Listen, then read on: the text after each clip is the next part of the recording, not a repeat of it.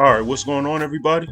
Today, I wanted to have a quick discussion and a little piece of advice. You can do with it whatever you want or like. But I was thinking about when I created Shat Assassins, the comic, not my actual different comic book series, the actual comic Shat Assassins.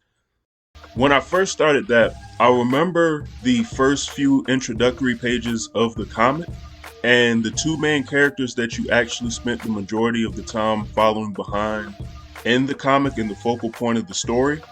And yes, my comic had two main characters. I remembered actually putting a focus on them and showcasing them on, I believe it was the second or third page of the comic. It might have been the second. And I think back to when I made Afro Brainbuster, and that comic actually, for however you may feel about the artwork, which is heads or tails on that one, but the actual story, people found it entertaining enough. And I remember the first page of that story had the main character, Afro Brainbuster, actually being shown on it. And the reason why I bring that up is because when I think to Infinite Uppercut, which has been the hardest comic, it's easily one of my best pieces of work, I believe, but it's the hardest comic that I've gotten people to really get into. And I also understand that Infinite Uppercut had a very unique and weird style in how I drew it. But one hindrance that Infinite Uppercut had, and a hurdle that I had to climb with that I didn't have to put up with Shat Assassin and Afro Brainbuster, is the main character of Infinite Uppercut is actually not shown in the comic until somewhere past like the fourth or fifth page.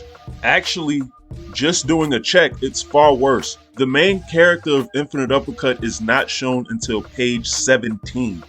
This is a gigantic mistake.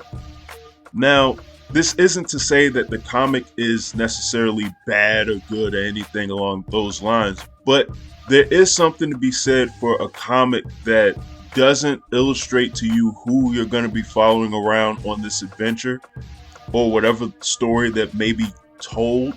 There's something to be said for you trying to follow along with a story where you don't know who the focus is until almost like a third of the way into the story itself. That's not the greatest idea. In hindsight, I can't even believe that I made that mistake, but word to the wise for anybody who may be starting out a comic now, learn from my mistake. Make sure that you introduce your main character as quickly as possible. Even if you think you want to give your story a sort of slow start and try to take your time with introducing your characters and getting stuff situated in the story, or slowly like spoon feeding your reader information and whatnot, make sure you get that character across very fast. I'd say at the worst, you should have your main character in the comic in chapter 1 by page 5. At the worst. At best, the main character should be the very first page in the comic.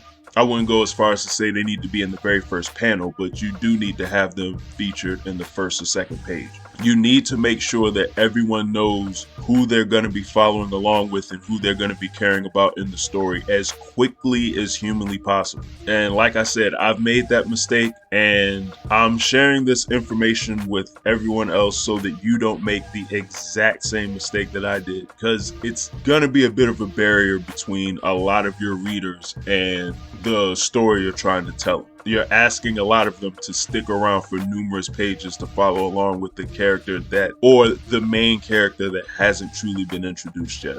But these are just my thoughts on it. Obviously, if you're making a comic, you can make it in whatever fashion that you want to. If you have a creative way to sort of prolong the introduction of your main character in your story, by all means, give it a try.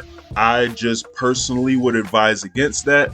And if you really actually study a lot of comic books and manga out there, they sort of 9 times out of 10 introduce the main character as quickly as they possibly can. So, like I said, just food for thought.